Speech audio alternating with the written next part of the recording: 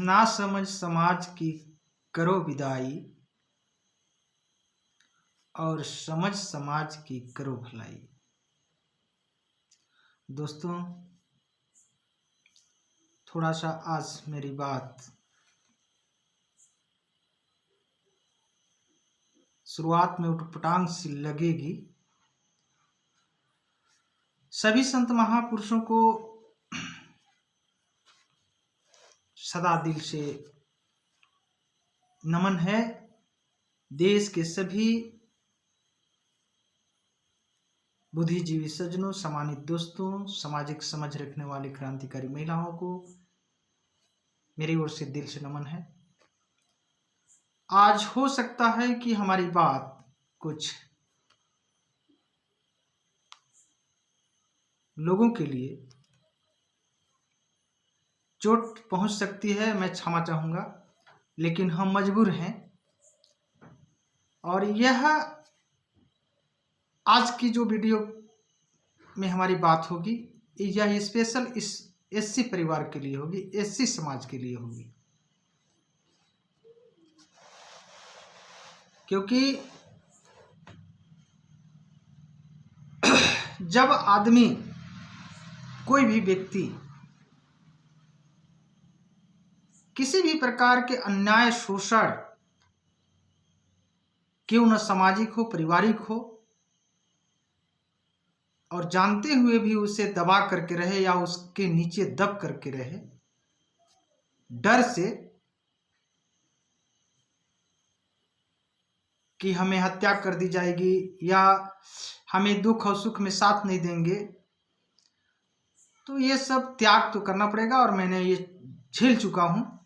आगे क्या होगा वो हमारे समझदार लोग साथ देंगे तो ठीक है, और नहीं तो मैं उम्मीद नहीं करता हूं। क्योंकि दर्द जो है बहुत ज्यादा बढ़ चुकी है। आज की वीडियो की जो शीर्षक है, खर्चीली शादी, दहेज, तेरहवीं जैसे कुप्रथाओं का सामाजिक बहिष्कार। दोस्तों, हम किसी भी प्रकार के सामाजिक मान्यताओं के विरोधी नहीं हूं, लेकिन एक चीज को समझना होगा हम सभी को कि देश आजाद से पहले, देश को संविधान मिलने से पहले हमारे समाज की जनसंख्या भी कम रही होगी। हमसे बेहतर आप लोग समझ सकते हैं। और हमारे समाज को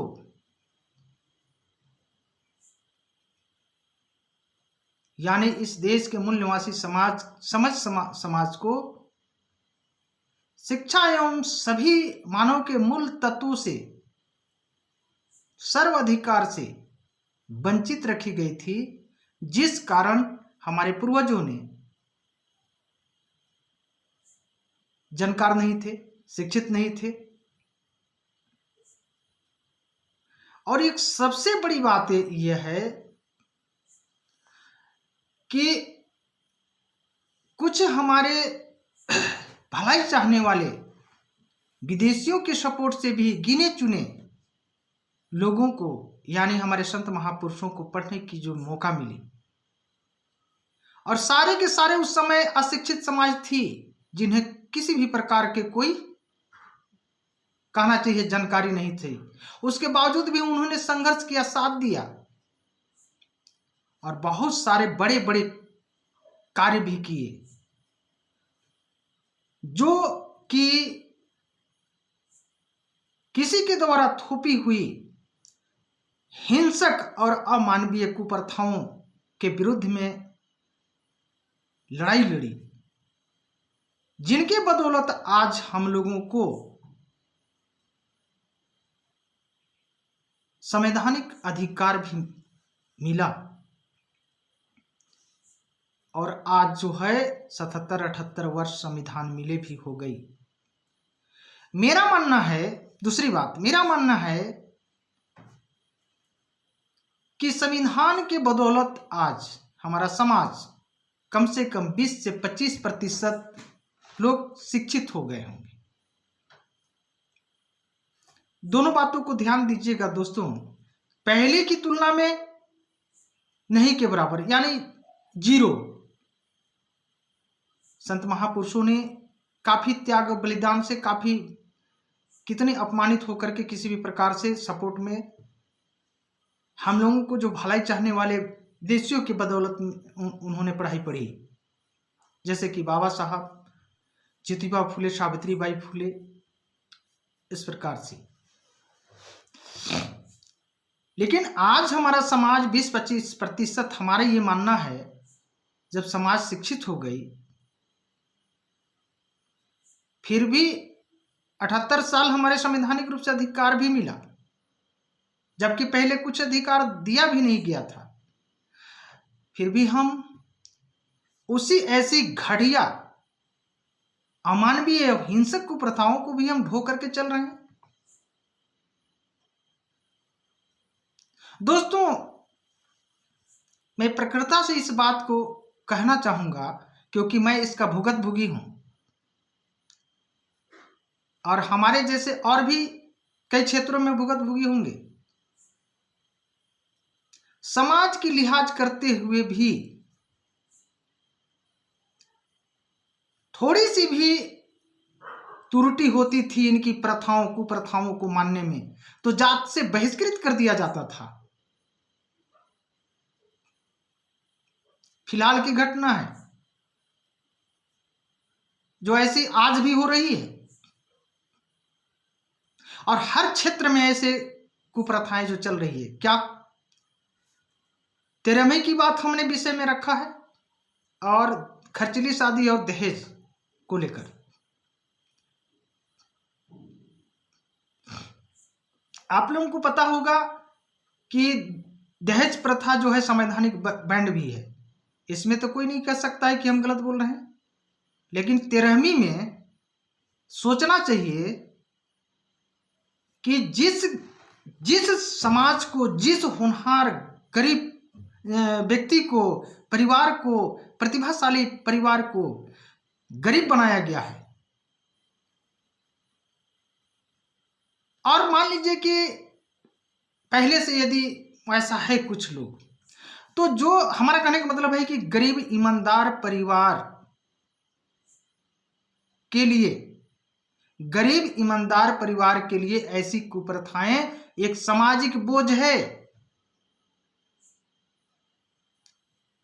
इसे दिल से टटोलना होगा। एक सामाजिक बोझ है। इसका उदाहरण आज एक पढ़ी लिखी लड़कियां, मैं पहले की वीडियो में बता चुका हूं, इसलिए मैं इसका विस्तार नहीं करना चाहूंगा। मैं संक्षिप्त में दोहरा रहा हूं। हमारा मेन विषय इसके ऊपर क्या कहना है आज का, खास करके 13वीं को लेकर के। तो दहेज को लेकर के अच्छे लड़की, संस्कारित, पढ़ी लिखी भी गरीब माता पिता की जो है लड़की की शादी नहीं हो रही है, स्पष्ट है। आज गिने चुने लोग हैं जो सज्जन, उनकी बात मैं नहीं कर रहा हूं। बहुत सारी लड़कियां हैं, गिने चुने लोग कुछ कदम अपना उठाए हैं, लड़के लोग या उनके गार्जियन लोग, ये उनको मैं दिल से नमन करता हूं। तो ये संवैधानिक प्रतिबंध लगाए जाने के बावजूद भी फिर भी हम कहते हैं कि हम संत महापुरुषों के अनुयायी हैं। कैसे हो सकते हैं अनुयायी जी? एक बात, अब आ गई 13वीं की बात। जिस गरीब परिवार को, जिस ईमानदार परिवार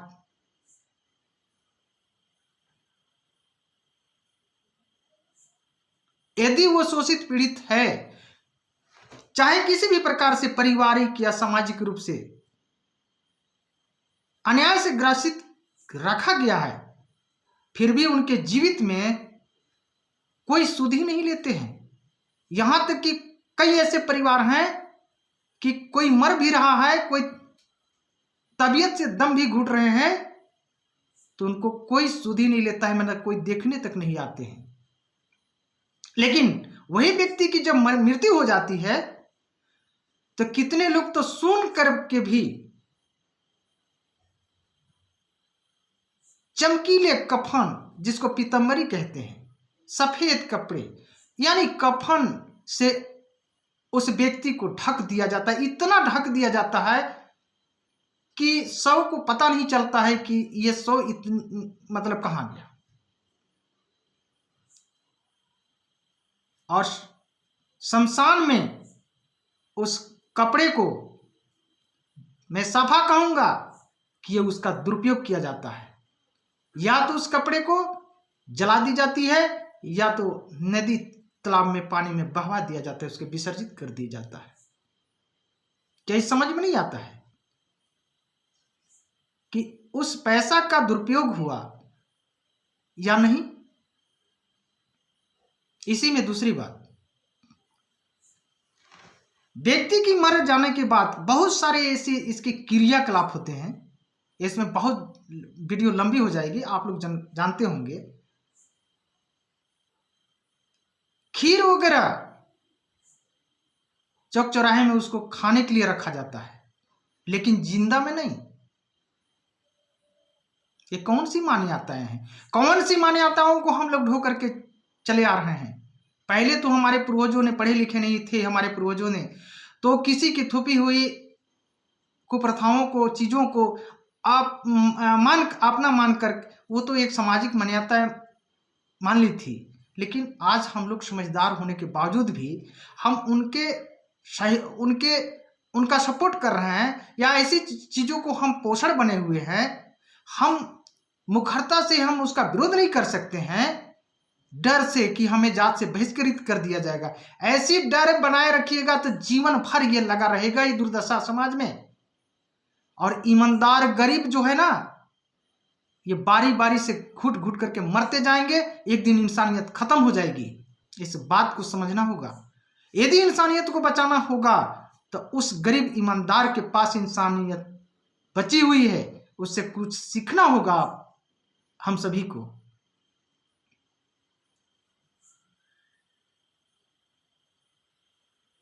और वैसे लोग यदि बेमौत मारे जाते हैं या मर जाते हैं तो समझ लीजिए कि आपका ऊर्जा खत्म हो जाता है। दोस्तों, अब एक चीज और है, जो पहला आग देने वाला होता है उस मृत व्यक्ति का, तो बाकी के लिए 10 दिन हल्दी, तेल, मांस, मटन सारे प्रतिबंध कर दी जाती है। यहां तक कि साबुन वगैरह लगाने के लिए भी प्रतिबंध कर दिया जाता है। लेकिन ये सबसे बड़ी घटिया बातें हैं कि जो आग देने वाला जो व्यक्ति होते हैं उनको बाहर की चीजों, मांस, मटन, शराब सब पीने के लिए छूट होती है। क्यों? क्योंकि वो मृत व्यक्ति खा लेगा उनके माध्यम से। ये उटपटांग नहीं लगता है क्या? तो सच्चाई कहने में यदि आप लोग को उटपटांग हमारी बात लगेगी तो मैं क्षमा चाहूंगा, लेकिन ऐसी बहुत सारे ऐसी घटिया कुप्रथाएं हैं, इन सभी पर हम लोगों को विचार करना होगा। क्योंकि बहुत सारे ये सामाजिक बोझ की वजह से हमारे समाज जो है और भी शोषित और पीड़ित हो रहे हैं। इसमें हम किसी अन्य वर्ग के लोगों को जानते हुए दोष देते हैं तो सबसे बड़ा हमारी मूर्खता होगी। पहले हमारे पूर्वज पहला तो गलती हुआ कि हमारे पूर्वज जो है नहीं जानते थे, उसको हमारे सामाजिक मान्यता बना ली थी, जिसे हम लोग ढोते आ रहे थे। हम माता पिता की या दादा पुरखा का जो है हम लोग सम्मान करते रह रहे थे। 78 साल हो गया संविधान बने हुए, हमें कहीं ना कहीं जानते हुए भी लगेगा कि हम उनका विरोध कर रहे हैं, उनके लिए लगेगा कि हम उनका विरोध कर रहे हैं। लेकिन कुछ न कुछ हम लोगों को त्याग करना होगा, तरीके से उनको समझाना होगा, कहीं ना कहीं हमें चोट खाना होगा। दोस्तों, इन सभी चीजों को कुछ लोगों को कहना है कि एकाएक कुर्रेजी बदलाव नहीं होगी। कब बदलाव होगी जी? क्या 78 दूना करना है, या 78 तिया करना है, या 78 चौका करना है? ऐसी स्थिति रही दोस्तों तो बहुत ही जल्द विनाश की घड़ी आने वाली है। और ऐसे भी हम लोग मारे जाएंगे तो हमें अच्छे ही काम करके मरना उचित होगा। यदि सभी समाज में जिस दिन समझदारी हो जाएगी, इस प्रकार से विचार क्रांति को हमें करना है। हिंसक कोई क्रांति नहीं करना है, हमें विचार क्रांति करना है। विचार क्रांति के माध्यम से यदि किन्हीं के लिए हम गलत लगे तो इस पर हमें बर्दाश्त करना होगा, हमें तरीके से उनको समझाना होगा।